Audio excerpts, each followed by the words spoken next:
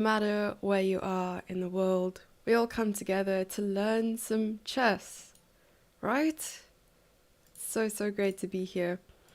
Um, Hope you guys are ready to learn some openings. Today we'll be focusing on the Petrov defense, a very old favorite. Never played it actually. I've never played it. But I have prepared one of my students to play it in the South African Junior Championship before. Um, she was just used to playing the Petrov a lot of the time, and it was just too late to change her mind because obviously I would want to convert her, trying to get her to play something like the French or the Sicilian. But I suppose, when it's a week before the event, you don't want to drastically change your opening repertoire because, first of all, there are those psychological points that you need to focus on, such as, will I remember all the theory? Will I be confident enough to play this over the board? I guess there are certain advantages. You'll be throwing your opponent off because obviously they'll be preparing against the opening you've always played, and then suddenly you're throwing a new opening at them and they're out of preparation. And also just the normal chess aspects of things, that it's very difficult to memorize variations upon variations a week before an event. So you just want to stick to what you're used to. Streaming, jinxing, unsuccessful. You're jinxing the stream, eccentric horse? Oh, I should have done this 2 years ago to help you against... I mean, you still won the championship, eccentric horse. Hi there, hello Petrov. Good to see you, everyone. Welcome. I like to give a chance to everyone to just arrive so that we can start together. I hope you are fresh and ready to learn. I also try to do a little bit of research on the Petrov defense, but this is going to be quite exciting, actually. So the Petrov defense is also otherwise known as the Russian defense, and it's something that people wanted to use to try and kind of steer clear from. Just give me 1 second. There we go.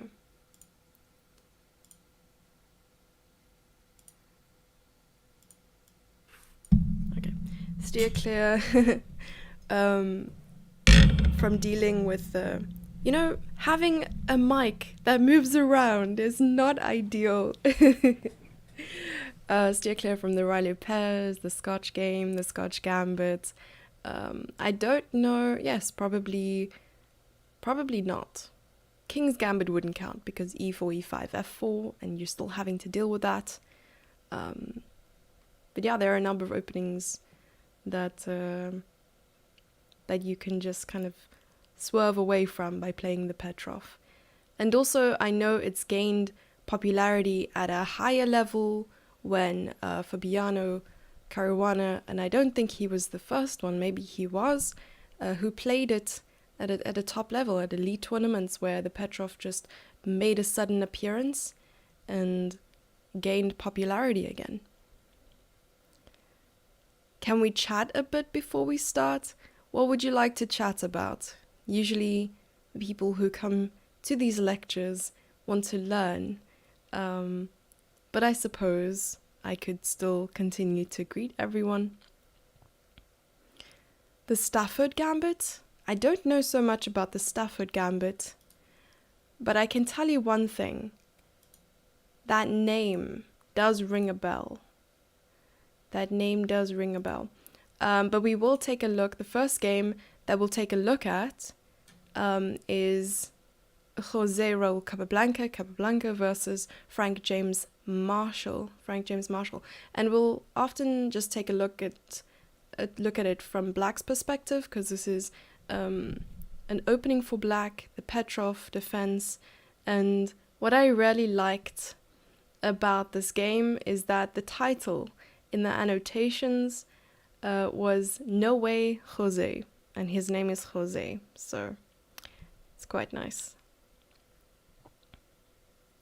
Good morning, Raul. Yes. Hi, Judith. How's it going? I don't know about that, eccentric. That's not the one that made you famous. Alrighty. So let's begin, and I'll show you exactly how the Petrov actually came to be. Alrighty. So we have e4, e5, knight f3, knight f6, and that is what we call the Petrov. I would also like to take a look at it quickly, or at least briefly, from White's point of view. So if we say e4, e5, knight f3, knight f6, I've had to deal with this opening on numerous occasions with white pieces.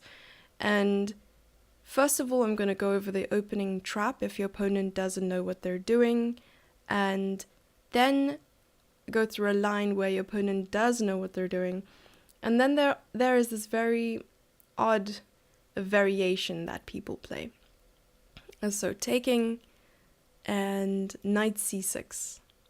So knight c6 throws me off a little, because now white has just captured a pawn, white is up a pawn, but what black tries to do here is try to be a little bit sneaky. So after captures, black will take with the d pawn, which opens the file for the queen, and often you'll find the queen and the bishop working together along this diagonal. So let's play bishop to c4, for instance, and here black would simply, I think the main move is bishop here. I might be wrong. I think bishop c5 might be slightly better. Bishop c5, or probably wanting to defend the pawn. So d3, defending e4, otherwise black will just capture it. And then bishop to c5, bishop to e2, and here, I think this is a move. Is it not? Is it not a move? Perhaps? I still feel like there are a lot of tactical resources here for black. And to be honest with you, after this move, bishop c5, the best move in the position, believe it or not, the best move. So white is a pawn up. The best move for white is h3. Is h3. Stopping all tactics. Stopping all these fancy things from happening.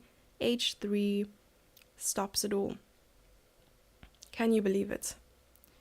Alright, so h3 is the way to go. Often I would play bishop e2, but somehow I think black has some random lines here. Knight g4. Knight g4? Okay, knight g4 can be played. I'm very confused. What do you guys think of this? What would white play in this position? Hi everyone. e4, e5, knight f3, knight f6, knight takes e5, knight c6 is the Stafford Gambit. So it actually has a name, look at that. Shubham, what? Why are you being so rude? That's so rude. Peaches. Oh my goodness. Talking about boring openings. This is not up to me. You don't have to be so mean. Jeez. Something's hanging. It is, but how would white deal with this? Hope you guys also brought your beverage. I have a cup of coffee with me.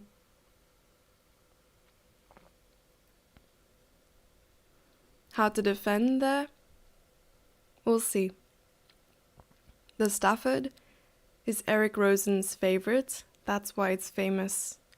Fair enough, I didn't know that. Hi Mike. Good to see you. Good afternoon. The thing is, I would love to take the knight. This knight, is it not free?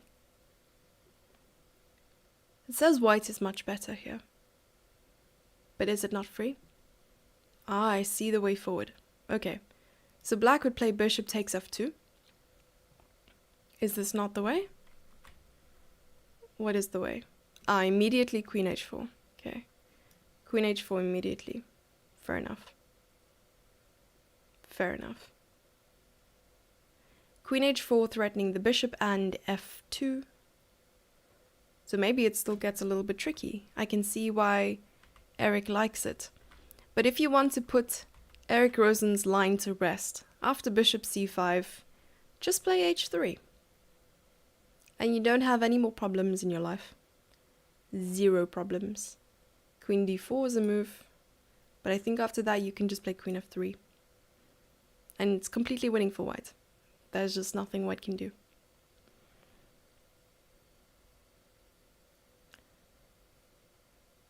After g3? I don't know so much. I don't know. Quite interesting. I will go check out I am Rosen's Stafford Gambit line. Okay, so that's quite interesting for white.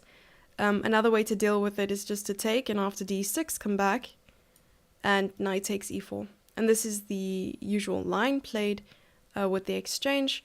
And there are two things to do here. You could either play d4, you could play c4, or you could play knight c3. I personally enjoy playing c4 here. Another way forward is also playing a move like knight c3. If knight takes, you could take back with the d pawn, and then just focus on development, king safety.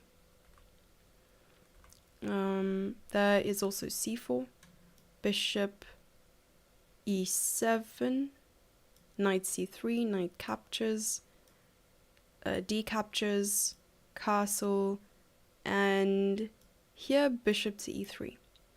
What white wants to do, try to get a queenside castling in, and if something like bishop to g4, you play queen d2, maybe h6, depending on the weather. You could even do this, and if the bishop captures, you capture back with the pawn, and you're quite happy. Even though there are some structural weaknesses, two sets of double pawns, you don't want to focus too much on exchanging pieces or the weaknesses you have, but rather the compensation you have for these weaknesses, such as rook g1, trying to focus on the king. So rook g1, the idea is here, rook g1, bishop takes h6. You could also play bishop to d3, aiming towards the h7 square. Then you could retreat the bishop, put the queen on d3, and then you have checkmating ideas on h7. So there's a lot here for white to do, and the king would simply go to the queen side if you're worried about king safety. But always get the king safe, of course, that is your first priority. So c4 is another idea. So let's go back to the game that we were looking at. Here, Jose Raul Capablanca versus Marshall, Frank James Marshall. Was it you who recently taught something about the Latvian Gambit? It wasn't me. I didn't speak about the Latvian Gambit. I didn't. Although that does sound pretty interesting. Hi, Cappy. First of... exactly. So the song, First I Was Afraid. I was petrified. But then I changed it. I said, First I was afraid of the Petrov night. And that's how you remember the Petrov defense.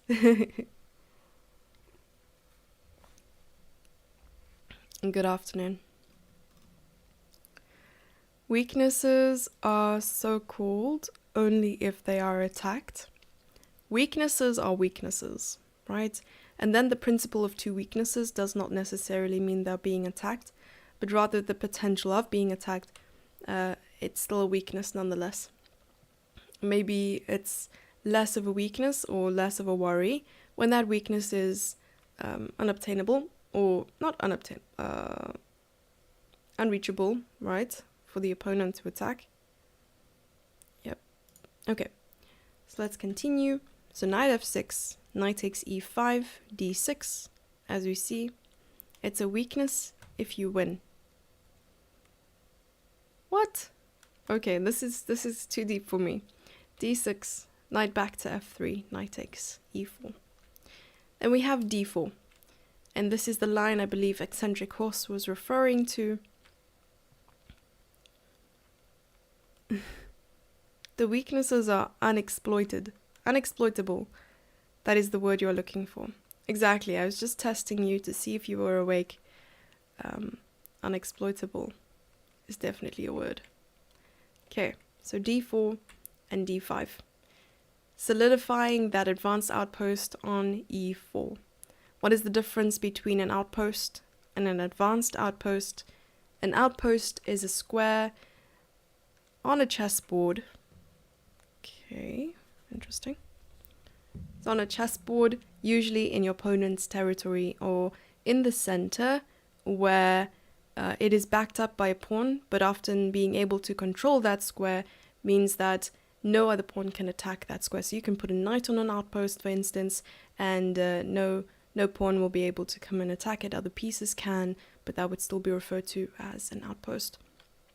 An advanced outpost, I might botch the definition of an advanced outpost, but I believe it is like an outpost, although it has potential to be attacked by a pawn, and here the f2 pawn could potentially attack the knight, although in this very position it is not certain that it will. Talking about the d4 line, I was referring to e4, e5, knight f6, immediately d4, quite tricky for beginners. Right, let's hope that we come across that game in our analysis of these top games as well. Free English lessons, exactly. I need the English lessons. You guys get the chess lessons, I get the English lessons. Fair enough. d5, bishop to d3, putting pressure on the knight, bishop to g4. So now, if the bishop decides to take, on e4, black will simply capture with the pawn, and it'll be difficult to defend the knight. The knight cannot move because of the queen that is behind the knight. I suppose h3 is a move here, but now black could simply capture, not capture. What is the best move here?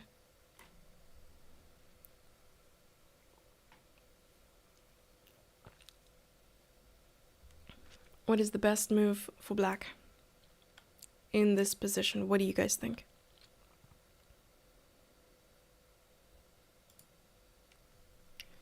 Play bishop g4. It was indeed played, yes. I'm cheating by using the engine. So I've set my screen. I've zoomed in to the board to the point where I cannot see the engine. So most of it consists of guessing. But if I go like this, I can see the engine. But you'll be able to see if I'm looking at the engine. And I just saw the engine now. E takes f3. Yes. And after taking like this,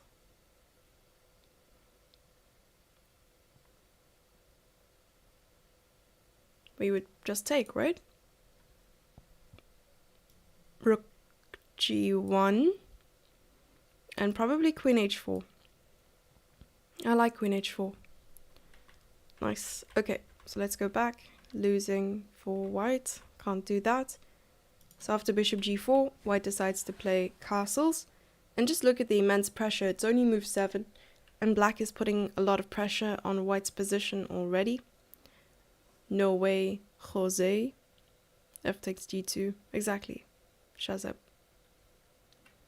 This line is too boring. Spice it up by playing queen takes d4 instead of queen h4. What? How would that even spice it up? Okay, knight c6 and c3. I would feel a little unsure about the knight on c6, only because the static pawns are on the d file. What are static pawns? Pawns that are not going to be moving forward anytime soon, or being contested at all here. So I would much prefer to move the pawn to c6 or c5 instead of putting the knight there. But of course, it is all theory that Mr. Marshall, he had planned this for months. He had been plotting the death of Capablanca. The eminent chess death. So the plan, honestly, I would have played something like knight to d7, knight to f6, just to back up the knight on e4. White went c4 instead of c3. You have a lot of questions today, eccentric horse. After c4, of course, black does not want to capture there because white would just capture the knight, right? So what would black do instead?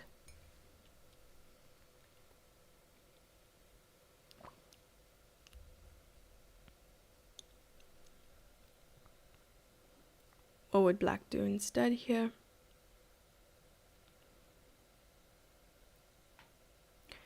Of course, we don't want to go ahead and play a move like knight takes d4. What would you play instead? Do nothing and play bishop e7? Queen e2? Queen e7? You don't want to block the bishop. You could play bishop e7. King b4. I was thinking knight b4. But then just bishop takes knight. Maybe. I'm not sure. Yeah, bishop takes knight. So knight b4, bishop takes knight, takes, and queen e1. And I don't really know what's happening here. Oh, this is winning for black. Never mind. What does white do here? Oh, just check? Maybe not check. Not necessary. Not necessary. Queen d2, queen b3, maybe queen b3. But again, like, you're not attacking anything, so just push the pawn. Rook e1. Fair enough. And it's better for white. I don't like knight b4 too much. It felt wrong. Can always play c6, exactly. Knight b4, going to show games from black perspective, pretty much today, yes. Prefer to play knight d7. Me too. Okay, so the best move here for black is knight retreating. I don't know so much about retreating the knight to f6. So this is the best move. And it's slightly better for white, but white decided to play c3 here. Eccentric horse is making my life increasingly difficult, but nonetheless, I'm not complaining. Bishop to e7, as suggested by you guys, and then knight to d2. Capturing the knight, because of course you don't want to lose a tempo by retreating it, bishop takes in castles. Okay, h3, bishop retreats, and rook e1. And to be honest, I would much prefer white's position here. White is a solid pawn chain, b2, c3, d4, and also the bishops are controlling the diagonals they need to control for now. The rook is on the open file, and I would feel like black's pieces could do a little better at coordinating.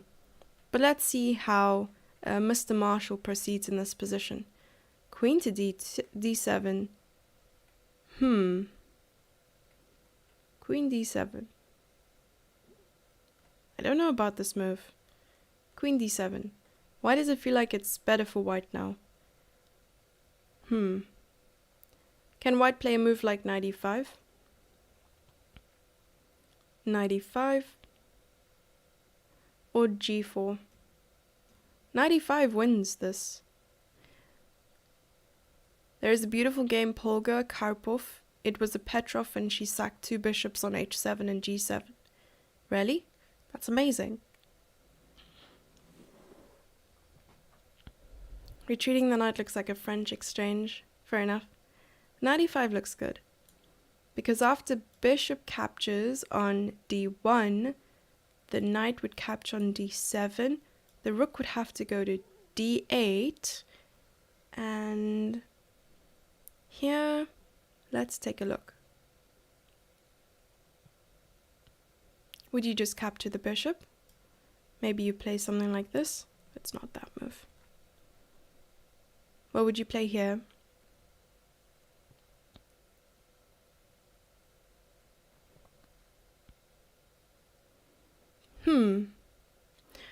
Ooh, I like this move. Back to e5. Back to e5. And the reason for this is if bishop h5, so let's bring the bishop back. We play knight takes c6, pawn takes c6, and rook takes e7. It's quite a nice tactic. And if knight e5, knight takes e5, rook takes e5, and bishop retreats, well, rook would just take on e7. This is lovely. I really like this. So probably it was missed. It was missed during the game. So queen d7, bishop to b5, and it's equal again, bishop to d6, just trying to coordinate the pieces a little bit better. And now we have that move, knight to e5, bishop takes e5, queen takes h5, and just consolidating with the bishop f6 and bishop f4. Right, so obviously here black would want to get one of the rooks to the open file, and then white wants to double up, but black says no thank you. Yeah, knight e5 was quite nice. That was a really cool tactic. Pawn takes and a6. Nice, just chasing the bishop and g6. What's nice about g6? Okay. New topic. Or should I say segue, as some would say. Micah, it's 3:30 a.m. Thank you for joining us, Paulino. Okay. Moving pawns in front of your king. You want to try and avoid this at all costs. But if you have to move a pawn in front of the king, h pawn is okay. Moving the h pawn one up is often considered prophylactic, preventing the bishop from going to the square like g5, g4, or just relieving the king of any back rank threats in the future. Moving the g pawn is a little bit more risky, because here you're creating more than one weakness.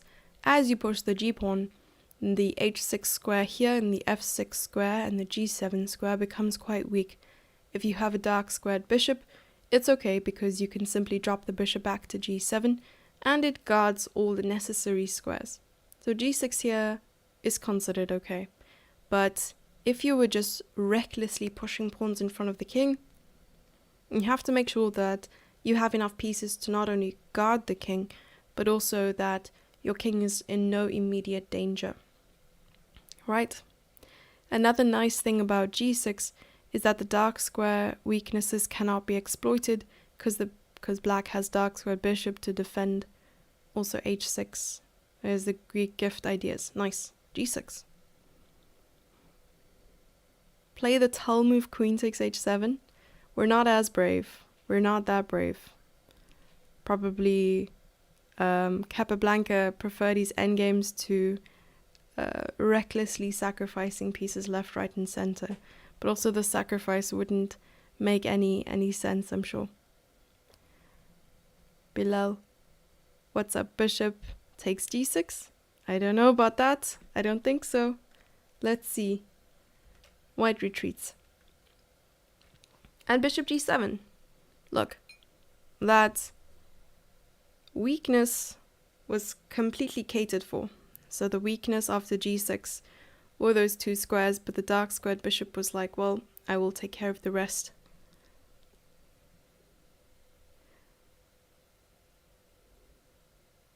There's some world champion insights. Wow, eccentric.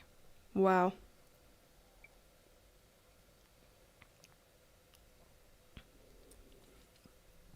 You should just join us on this platform, since it is your platform. Alright, so bishop to g7 and bishop to b3, putting pressure on that d5 pawn. Probably knight e7, just sorts that out, and e4. I quite like this for white. Nice way to go. Okay, taking the pawn, queen takes, and c6. I really like that do not hurry move. Not in a rush to put any pressure on the center, and also just making sure that everything is solid. And that is what I try to promote while playing chess. Always focus on the 3 S's. Keep it simple, solid, and satisfying. Aesthetically pleasing. Look at that. Is this an actual game between 2 GMs? Yes. So it was Capablanca versus Marshall. We are not brave, we play the Petrov. Who said that, Peter? Okay, rook to e1 and knight to d5. I like this move. Bishop takes, pawn takes, queen e7. Why did he not exchange? Well, we have to ask ourselves here, does the exchange benefit us? Or does the exchange benefit our opponents? And the answer here is it may in fact benefit our opponents. And why is that? If we take the queen, rook takes, and the general rule is the rook belongs on the 7th rank, because that is where majority of the pawns are. If not, the rook will eventually win a pawn. And here the rook can easily go to a7, attacking a6. It's already putting pressure on f7. And there's no way for black to contest, or at least challenge this rook for the open file. Probably rook bishop f6. But that would just be met by rook a7 losing the a6 pawn. I don't see a way to defend it. Alright, so that is why black decided to keep the queens.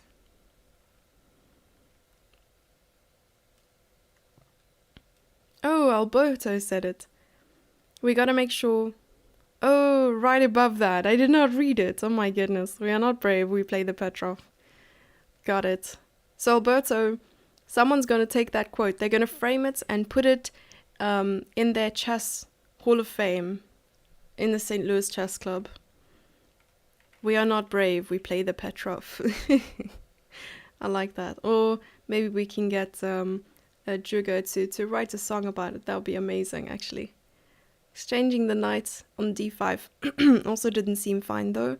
Creating an isolani. An isolated one. Right, that's true. But the two bishops were pretty strong. So, rook d8. I think that's losing. Rook d8 runs into queen takes, rook takes, and then rook e8. Bishop f8, bishop h6, and you lose the bishop. You lose the bishop here. That would be very sad. And that's why I decided to play queen c8. Bishop to d6. This seems incredibly overwhelming. What just happened? h6. Interesting. I feel like white had a lot of winning chances here. f6. I'm very confused. Rook e1. Rook d8. And bishop c5. Trying to keep that bishop away from the line of the rook. King h7. Queen f7 with the idea of rook e7. Queen f5. Bishop e7. Is it fair to say that this is the best move? Is this not the best move? What's the best move for white here? I'm struggling to find it. The way chess masters can spot these combinations in a split second blows my mind. I believe it's more pattern recognition than anything else. Remember, you're not born with these skills. You acquire them by spending hours and hours in front of a board. It's almost like saying, I cannot believe you remember to blink, and often you don't even think about blinking until, well, you're thinking about it right now. And it's a reflex. You blink because you need to. So you spot these combinations because it's second nature and because you need to over the board, otherwise you will lose. That was probably a very bad analogy, but I'm sticking to it. Who's my favorite chess player? Myself. No, I'm joking. That's a good question. Probably Peter's fiddler. What happened to Kappa? Isn't he just crushing? He really is. It's completely winning here for white. Is this a live game? It's not happening right now. This game is from 1913. 1913. I don't believe one person here was alive in 1913. As a connoisseur of the scholar's mate, I reject all chess theory. Fair enough, fair enough. I too am a connoisseur of such quick games. But unfortunately, when your opponent is putting a stop to the scholar's mate, that's when you really need to take a longer look in the mirror and say, well, is this really worth it?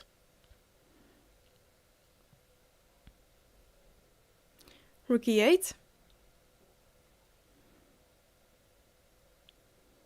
You are now breathing manually. Yeah, you've shifted from automatic breathing to manual breathing. And now you have to think about breathing. I was once told that everyone is dying. And you have 5 minutes to live, or 8 minutes to live. The timer resets every time you take a breath. This is dark. Can also understand my words here within seconds. Someone who just learned to read has to work their way letter by letter, I suppose. Because if you're reading every day, it's second nature, and the more you read, the faster you're able to read at the end of the day, and that's what people want. They want to be good at what they spend their time on. Putting the Petrov in a positive light? Of course, but you need to know it from both sides as well. I don't know what you're talking about. So the best move here, is rook e7, of course. Well, we spoke about rook e7, and I believe it's just winning after rook g8. What's happening here?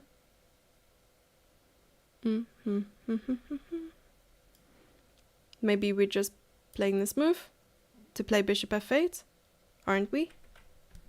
Unless, of course, we're not. In which case, sadness. Okay. Maybe rook a7. Bishop d6. Okay. I cease to understand chess beyond that. I promise I'm okay at chess. So bishop e7 is what was played. Queen to d7, pinning the queen. And rook f8. Queen d6, takes. And just pinning some more. King, and trading. And this is just, I mean, over here Capablanca is really good at endgames, but after capturing, is this not better for white? Did white not win this? What happened? Oh no, I see what happened. Oh dear. Okay, I see. This reminds me, actually this is giving me PTSD. It reminds me of a game I played in 2017. It was the 4th round of the tournament. I was on 3 out of 3 and I was plus 10 in a position. Well, I was playing black, so I was minus 10, and it was very, very similar to this. I'm very shocked at how similar it is, and I played the wrong move and we drew. But it was a bishop ending. To be honest, I'm tempted to go back and look for that game. I want to see which games I have in my analysis here.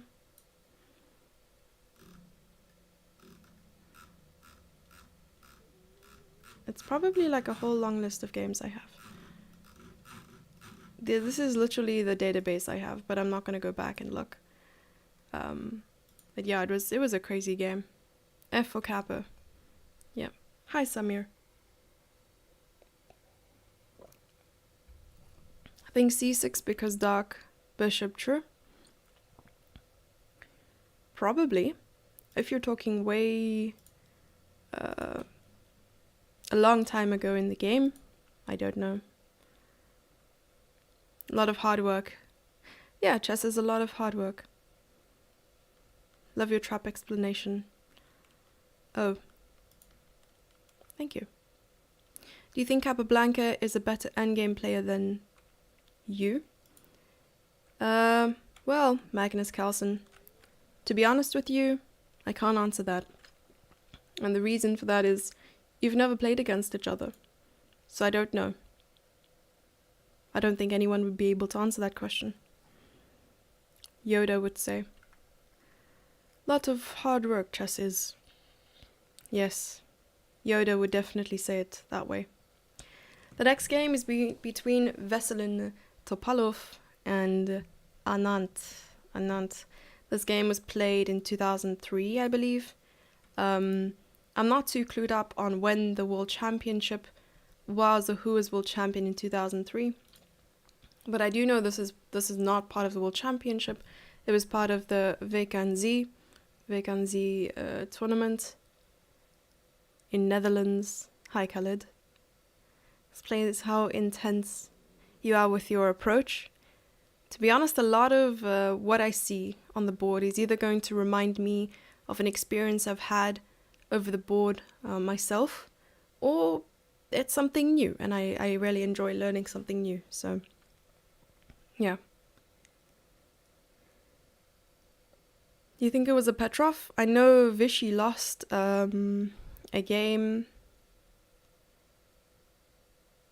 East or west? Oh, you're so sweet, Sugar. Thank you so much.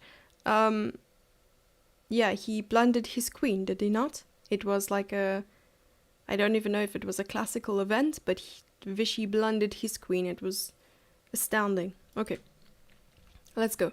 E4, E5, knight to F3, knight to F6, knight takes E5, D6. This is all normal. We've gone over this. D4, D5, bishop D3, knight C6. So we've seen all of this. Castles, bishop E7, and now we see C4, which is the move Eccentric Horse was talking about previously.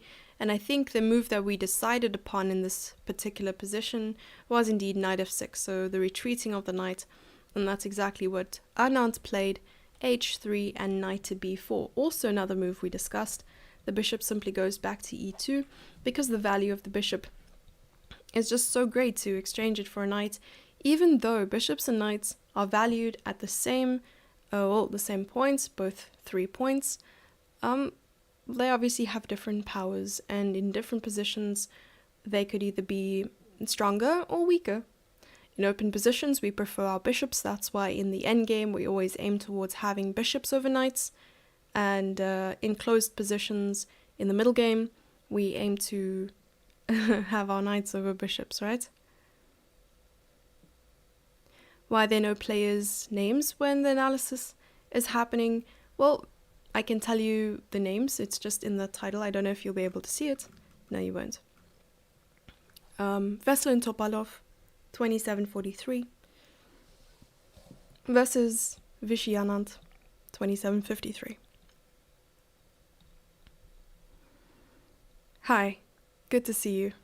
Welcome to everyone who is just joining us. Fisher thought that a bishop was worth 3.25 pawns compared to 3 pawns for a knight. Though you are right that it depends heavily on the position. Wow, Eccentric Horse has never agreed to anything you've said. So that is cool. Thank you so much for agreeing with me. Alrighty, so bishop to E2 and taking on C4. That bishop has wasted so many moves. That bishop has gone to D3, E2, and C4. All in a matter of... In the 11 moves, 3 of those were owed to the bishop. Castling and knight C3. C6. Exactly the move that we were discussing earlier. Stopping the pawn. And this is how to deal with an IQP. What is an IQP? An IQP is an isolated queen's pawn. And there are several ways to either deal with it as in play with it, or play against it. Right, so how to play with it? When you have an isolated queen's pawn, or when you have an isolated pawn, you want to try and avoid exchanges. You want to avoid exchanging pieces. Unless, of course, it's going to help the isolated queen's pawn become unisolated. For instance, if something captures on c3, you'll be happy to take back with the b pawn, because then those pawns are connected again, and it'll be less of a weakness. Number 2, you want to make sure that all your pieces are active. Take advantage of the space that was created by this isolated pawn, because the IQP is often in the center, and the center is then being controlled by the person with the IQP. Number 3, you want to try and push the IQP as soon as possible, because not only will it create problems for your opponent, maybe weaknesses in your opponent's position, but it could also, it's also getting rid of the IQP itself. So you want to try and get rid of that IQP, but in the same sense, you want to use your weakness and create weaknesses for your opponent if possible. And now playing against an IQP, of course, it has its advantages and disadvantages. Number one, you want to try and trade pieces as soon as possible, knight for knight, bishop for bishop, rook for rook, because the more pieces you exchange, the fewer pieces there are to defend a pawn. The IQP. The only thing that can protect an IQP are other pieces. No pawns can protect it, so that's why you want to eliminate the pieces. Number two, you want to avoid exchanging where it could improve the IQP. You want to try and prevent that IQP from moving forward, and that's why c6 is played here, because it covers that d5 square. Number 3 or 4, let's say number 3, you want to try and place a blockade in front of that pawn. What is a blockade? A blockade is a piece that you can trust to sit in front of that pawn and stop it from moving forward, also control the squares around it. And the best blockading piece is a knight. That is why knight b4 can easily go to d5 after this. Of course, you don't want to place the knight on d5 where maybe it creates an IQP for yourself. Knight d5, knight takes d5, knight takes d5, bishop takes d5, queen takes d5, so it's still fine. You're not forced to take with the c pawn. So knight d5 is definitely on the table. And number 4. I don't even know which number we're on anymore. But the last point probably is just to try and keep the pressure there, and also have your pieces be as active as possible, because the IQP has created so much extra space for your opponent. You want to try and keep your pieces just as active as well. You read a book by John Watson, first chapter IQP, didn't understand a thing back then. Hopefully you understand now. Nell, that's very sweet of you to say. I appreciate that. Vladimir Kramnik was the world champion in 2003. Hi, Antonio. Gato.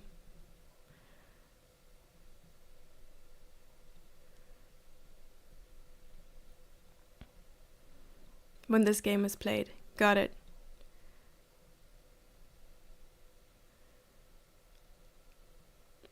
Don't take my criticisms personally. I'm just trying to help you improve. Have your best interests at heart. Thank you, Eccentric Horse. That's very nice. Chessmaster, what's up? I think Magnus says it's 3.15. Listen, I rounded down. I rounded to the nearest whole number, and that is 3. Bought Nimzovich my system on your recommendation. You did, Tom? That's amazing. And if you enjoy these kind of things and need kind of like a booster, Chessable is also a great way to go. Chessable uses these books and tries to make them as interactive as possible. So I quite like that. And yeah, if you start reading Nimzovich as my system, I will pick that book up again and I'll read with you. There is an excellent book about IQP positions. It's called Winning Pawn Structures. I do not know if you have read it. Who's the author? I will take a look. Oh, in an interview, that's amazing. John Watson's book, Secrets of Modern Chess Strategy, advances since Nimzovich. I like it, but maybe you should read Nimzo first. Fair enough. Okay, so that is the whole gist of things when it comes to the IQP. Rook e1, knight d5. Exactly what we're talking about, a blockade. Queen to b3, putting extra pressure on that knight, trying to make sure that maybe best case scenario, the pawn on c6 ends up on d5 too. And the knight just retreats to b6 because he doesn't want to make that kind of commitment. And then bishop to d3, bishop e6, putting pressure on the queen. And then just pushing the pawn on h6 because you do not want to make sure, or you don't want white to put that kind of pressure on h7. Also, like I said, the prophylaxis point of view, allowing just the king, there will be no back rank mate, allowing some breathing room for the king, and yeah, well, stopping the bishop from going to g5, even though that's not too much of a problem right now. Right, stumbling over English words. English is definitely a difficult language. Who knew? Rook takes e6. Rook takes e6. And the crowd goes wild. Here we see Veselin Topalov take a stab at this position. I can just imagine Anand in this very position keeping his cool, seeing this rook takes e6 move and just being like, well, now I have to deal with it. Hey ZZZ, what's up?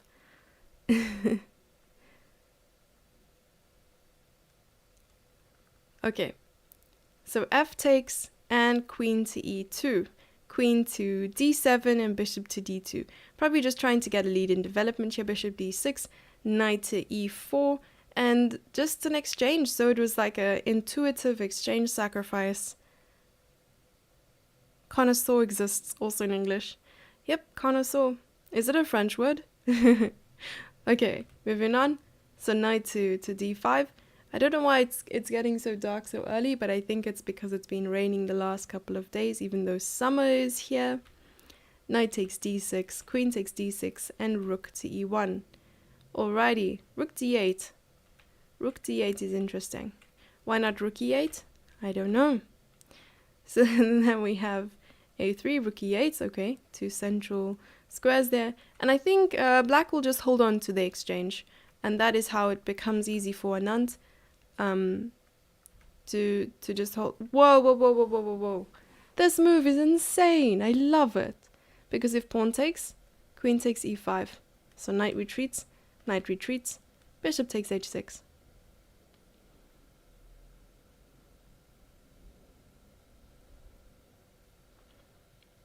This game is insane. I think I just need a moment to take a deep breath here. This is crazy. Another sack. Another one. This is the third one in the game. Exchange sack video course in Chess 24. Nice. It's French. I'm also fluent in French. Oh, I need to learn French then.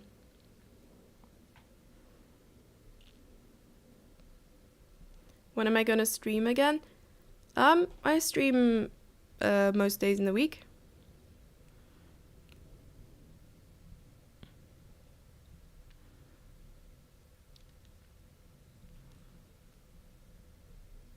Topalov is very strong in his younger years, I can imagine. The younger you are, the more sharp you are, so it makes sense. Eccentric horse is a provoker. Definitely.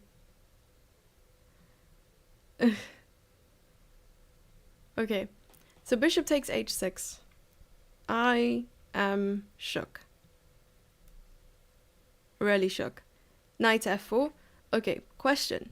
Why does black not take? And the reason for that is queen g6. And I believe it's just that much better for white. King f8. Check. King g8. Oh wait, you can't take. Wait. The queen is hanging. Wait. Wow, I'm so smart. Okay, so check, king, and here, let's see what's going on. Check. Checkmate. This is checkmate.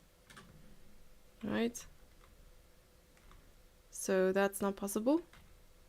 Takes, not takes there. Oh my goodness, I'm gonna remove that. That didn't happen at all, guys. Takes. Check. Perhaps knight g5 here? How would you proceed?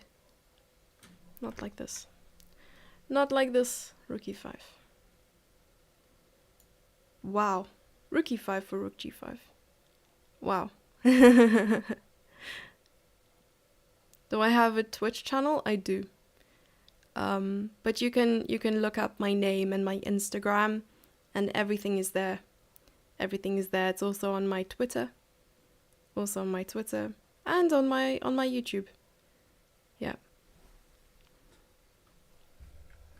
I'm just gonna send a heart into the chat of YouTube. You can check it out there.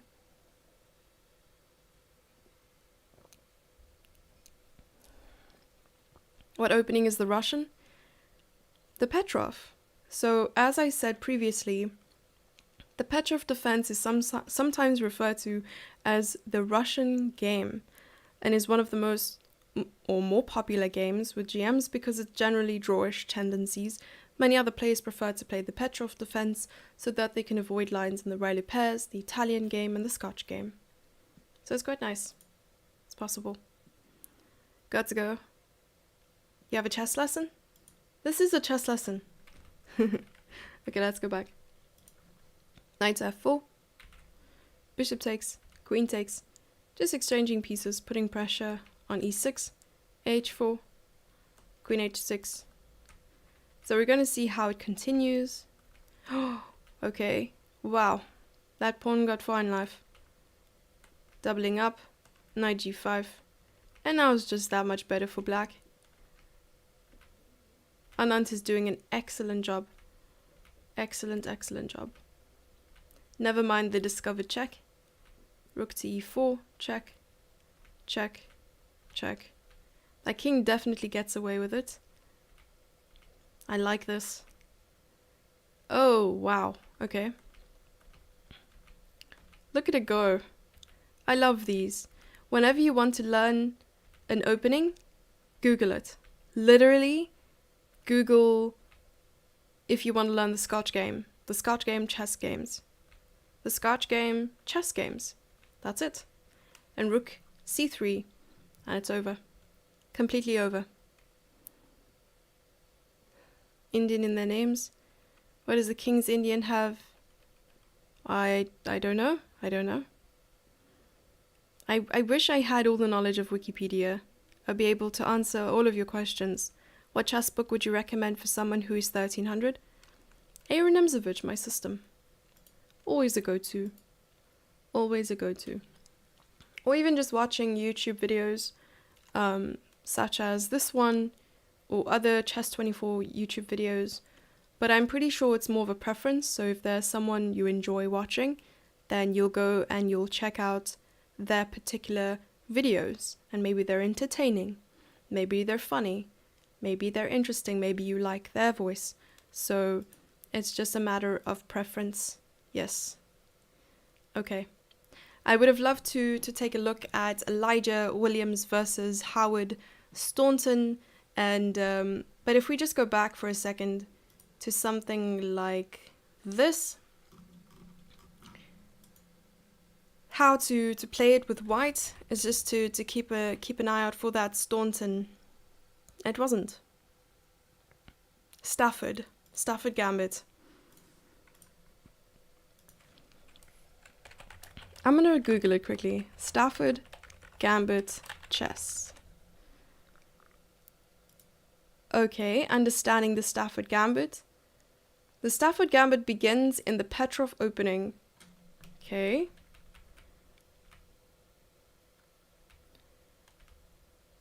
Alrighty, this is what I like to see. This opening can be tricky to deal with if white is unprepared. Black gives up a chance to equalize early in the hopes that white plays a natural move in this position. d3, knight c3, bishop c4, which leads to one of many traps. At the highest levels, this is considered a dubious opening, since this gambit success stems from the opponent's knowledge of the theory and the traps in the position. Interesting.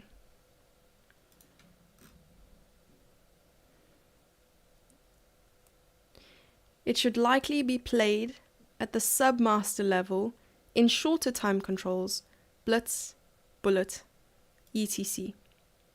So what I was referring to here is this. And then after exchanges, there was like a bunch of arrows suggested. The main trap. What is the main trap? Ah. Okay, so the main trap looks like this. Is it bishop c4 first? What does it look like? No, it isn't. Okay. So d3, bishop to c5, and bishop to g5, completely winning for black. And the reason for that is knight takes e4, bishop takes d8, bishop takes f2. I'm pretty sure this is why Eric Rosen really likes this opening. And bishop to g4, completely winning. This is amazing. This is amazing. And this is why you need to play h3. d3, h3. Just play d3, h3, you're done. Like, you don't have to deal with anything anymore. And that took me a while to research as well. I was like, this opening is so silly. Why do I need to analyze it? Then I analyzed it and realized there was one move to stop it all. Winner takes it all. This was a lot of fun, guys. Thank you so much for being here. I hope you learned something. I really, really hope that. I know it was all over the place, but I too was learning. I was learning with you. We were learning together. This is almost like a kind of study group that we have going. I answer your questions. We discuss some things. I learn from you. Believe it or not, your comments help me too. And it's always such a pleasure being here. So I'll see you guys again. This will be the last... Oh my goodness, it's the last lecture for the World Online Schools Chess Tournament because it's beginning really soon. I think it begins today or in a few days. But yeah, there'll be a number of master classes coming up. So if you go to cochess.com, you can learn more about me. You can learn more about the people I work with. And I'm very excited for the new projects to come. So I'll see you guys really, really soon. Bye-bye.